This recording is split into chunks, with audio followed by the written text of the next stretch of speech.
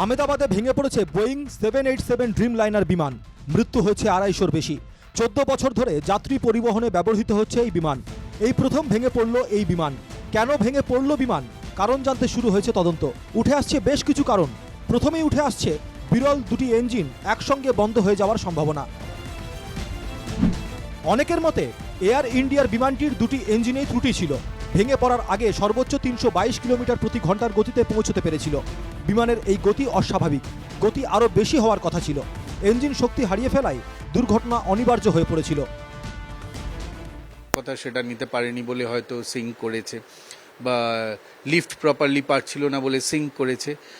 Properly আপনি যেটা বলছেন যে ইঞ্জিন এতে দুটো নাকি বিকল হয়েছে, সেই ব্যাপারে আমার কাছে এই মুহূর্তে কোনো ইনফরমেশন নেই। যতক্ষণ না ব্ল্যাক বক্স থেকে ডেটা পাওয়া যাবে ততক্ষণ ইঞ্জিনের ব্যাপারে বলাটা মুশকিল।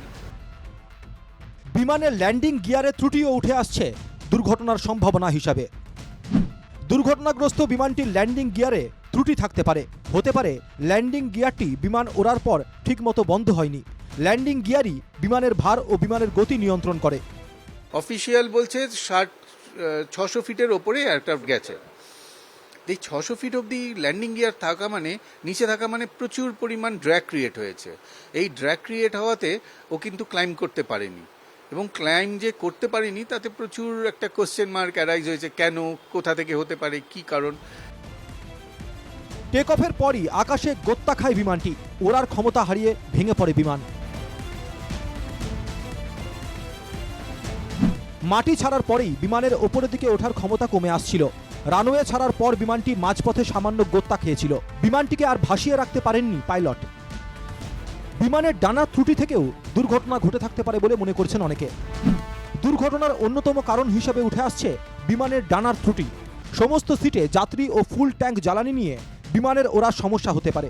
ওড়ার সময় ডানা ঠিকমতো কাজ না করায় বিমানটি পড়ে যেতে পারে। বহন ক্ষমতার থেকেও বেশি ওজন বহনের জন্য দুর্ঘটনা ঘটে থাকতে পারে বলে মনে করছেন বিশেষজ্ঞরা। বিমানে ক্ষমতার থেকে বেশি ওজন বহনে দুর্ঘটনা। বিমানটি যে ভবনে ধাক্কা খেয়েছে সেখানে তার একটি চাকা আটকে গিয়েছিল। ওজনের হিসেবে ভুল হলে এই ধরনের ঘটনা ঘটতে পারে বলে মত বিশেষজ্ঞদের। পাখির ধাক্কায় ইঞ্জিন বিকলের সম্ভাবনাও উড়িয়ে দেওয়া যাচ্ছে না। বিমানের ইঞ্জিনে পাখির ধাক্কা লাগতে পারে। ওড়ার সময় পাখির ধাক্কায় দুটি ইঞ্জিন বিকল হতে পারে। ঠিক কি ঘটেছিল বৃহস্পতিবার দুপুর 1:38 থেকে 1:42 মধ্যে? কেন ওড়ার সঙ্গে সঙ্গেই হুড়মুড়িয়ে ভেঙে পড়ল অভিশপ্ত এয়ার ইন্ডিয়ার AI-171 ড্রিমলাইন বিমানটি? বিশেষজ্ঞদের মতে দুর্ঘটনার পিছনে একাধিক কারণ থাকতে পারে। বিমানের ব্ল্যাক বক্স থেকে গুরুত্বপূর্ণ তথ্য মিলতে পারে। বক্সের দুটো পার্ট থাকে, একটা সিভিআর ককপিট ভয়েস রেকর্ডার, একটা এফডিআর ফ্লাইট ডেটা রেকর্ডার। সিভিআরে ককপিটে কি কথা হচ্ছে, দুজন ক্যাপ্টেন কি কথা বলছে সেটা অ্যানালাইজ হবে।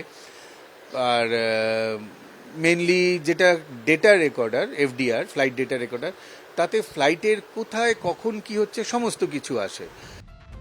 প্রত্যেকটি যাত্রীবাহী বিমানেরই দুটি ব্ল্যাক বক্স থাকে।